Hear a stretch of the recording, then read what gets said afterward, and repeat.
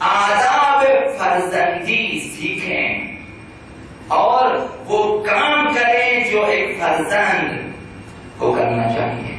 ہم میں سے ہر فرد کی ذمہ داری ہے کہ ہم رشتہ بدری و فرزندی قائم کریں. یہ رشتہ غدیر سے ملا. اگر غدیر کو نکالیں تو نہ پیغمبر والے پیغمبر ہمارے باپ کہلائیں گے، نہ ہم ان کے فرزند. پھر ہم جدا ہو جائیں گے. پھر جب ہم جدا ہو جائیں گے پھر ہم آپس میں بھائی بھائی نہیں ہیں. پھر المسلم اخو المسلم نہیں ہے. پھر انما المؤمنون اخوہ نہیں ہے. پیغمبر اسلام نے اور خدا نے حتماً یقیناً ہمیں بھائی قرار دیے ہیں غدیر کی بدولت.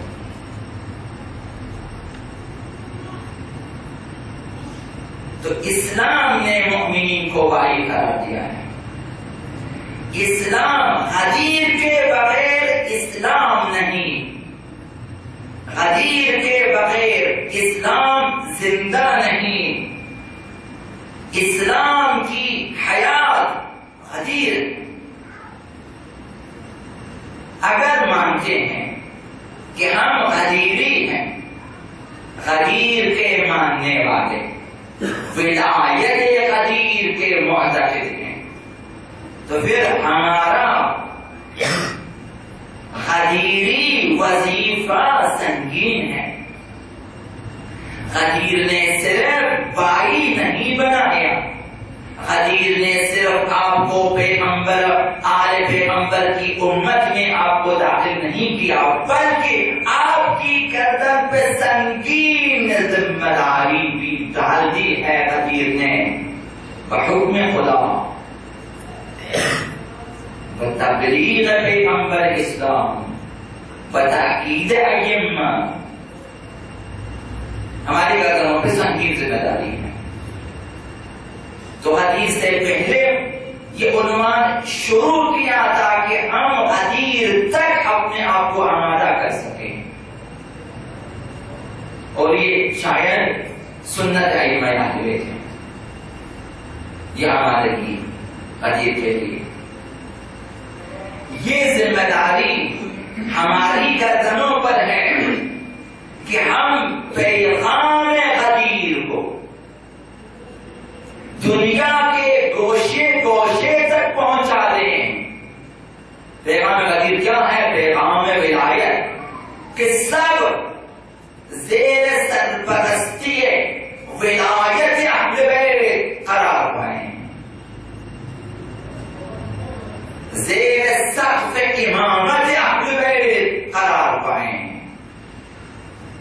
ہم دنیا کے گوشے گوشے تک پیغام پہنچا دیں کہ از اول از آغاز تا ابد اگر جانشینان پیغمبر ہیں، ائمہ ہیں، اوصیاء ہیں، تو اہل بیت ہیں. اور بس پیغمبر اور پیغمبر اسلام کے بعد تا ابد ائمہ اطہار کی ولایت ہوگی، ان کی حکومت ہوگی، ان کی امامت ہوگی. اس پیغام کو پہنچانا ہے. اہل بیت اطہار کی خلافت و وصایت و امامت کو پہنچانا ہے اور دنیا کو دعوت دینی ہے کہ اگر نجات چاہتے ہیں تو آئیں. کشتی نجات یہاں موجود ہے. کشتی نجات غدیر نے ہمیں بتایا ہے. چراغ ہدایت غدیر نے ہمیں دکھایا ہے کہ یہاں چراغ آئے، ہدایت نے آئیں، ہدایت حاصل کریں. ہماری ذمہ داری یہ ہے. اب یہ ذمہ داری ہے جسے پیغمبر اسلام نے ہماری دوش پہ ڈال دی ہے. ہم سب کی، ہر فرد احساس کریں کہ ہماری گردنوں پہ ذمہ داری ہے. تو روایت کا یہ حصہ میں عرض کروں گا غدیر سے پہلے تاکہ ہم آمادہ ہو جائیں. غدیر پہلے پیغمبر اسلام نے وہیں اسی غدیر کے دن فرمایا, خطبہ دیا, ائمہ اربعہ کا تعارف کرایا, امیر المؤمنین کا تعارف کرایا, ان کی ولایت کا اعلان ہوا, تا ظہور آخر امام زمان تک پیغمبر اسلام نے سب کچھ بیان کر دیا. اور پھر فرمایا فَلْيُبَلِّغِ الْحَاضِرُ الْغَائِبَ, یہ بس جو بھی حاضر ہے, جو بھی کم از کم 90,000 افراد جمع ہے, سب کی ذمہ داری لگا دی. فَلْيُبَلِّغِ الْحَاضِرُ الْغَائِبَ, ہر حاضر غائب تک یہ پیغام پہنچا دے. صرف یہی نہ, تا قیامت. فرمایا وَالْوَالِدُ الْوَلَدُ, ہر باپ اپنے بیٹے تک اس پیغام کو پہنچا دے. کب تک؟ فرمایا اِلَىٰ يَوْمِ الْقِيَامَةِ, تا قیامت. کوئی باپ سبکدوش نہیں ہو سکتا جب تک اپنے فرزندوں میں ولایت اہل بیت کو منتقل نہ کرے اور غدیر کی تبلیغ نہ کرے, اس وقت تک آزاد نہیں ہے. اور ہر زمانے میں ہر حاضر غائب کو پہنچا دے. آج اتمام حجت ہونی, آپ کی ذمہ داری ہے کہ اتمام حجت کریں لوگوں کے, لوگوں کے پاس بہانے نہ رہیں, ورنہ کل آپ کو کھڑا کیا جائے گا کہ تو نے کیوں نہیں پہنچایا, تو حاضر تھا, پیغام سنا پیغمبر اسلام کا, غدیر سے جو پیغام ملا تھا غدیریوں نے پہنچا دیا, پھر تم تک تم نے آگے کیوں نہیں پہنچایا. کل سوال ہوگا آپ سے کہ تم باپ تھے, اپنے فرزندوں کو یہ پیغام کیوں نہ دیا. غدیر روح اسلام ہے, غدیر جان اسلام ہے, غدیر حیات اسلام ہے. غدیر کو زندہ رکھنا ہے. تمام ائمہ نے تاکید کی ہے, خداوند متعال نے تاکید کی ہے, پیغمبر اسلام نے تاکید کی ہے. آپ کو یہاں تک آنا ہے کہ اس بات کو کا احساس کرنا ہے کہ واقعاً حقیقتاً میری گردن پر بھی ذمہ داری ہے. اب آپ کی بساط کے مطابق, آپ کی استعداد کے مطابق آپ نے اس پیغام کو پہنچا. ہر شخص نے سلطان ہو یا رعائی, امیر یا غریب, شہری یا دیہاتی, سفید خام, سیاہ خام, سرخ خام, ان پڑھ, پڑھا لکھا, سب عالم جاہل, سب کی ذمہ داری.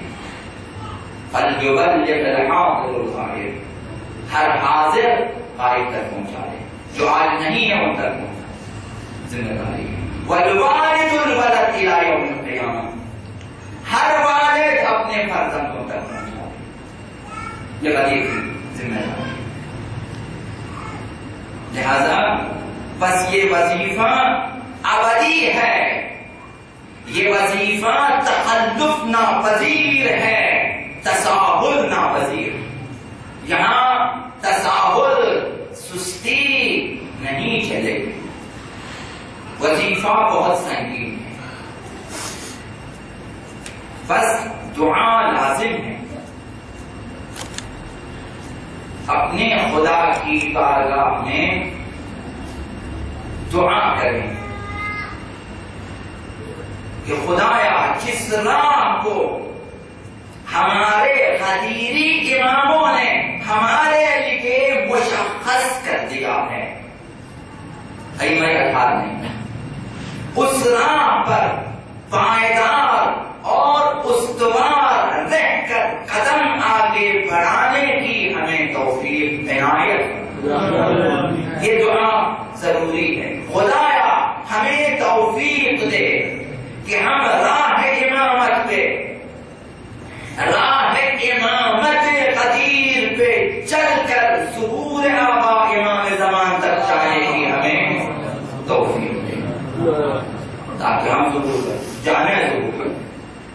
یہ دعا کریں تاکہ ہم ادا کر سکیں، نہ ان کی اس دعا کے بعد آپ سلوک دوش ہو جائیں گے۔ دعا کرنا صرف ذمہ داری نہیں، دعا کریں کہ خداوند طاقت دیں، طاقت دیں۔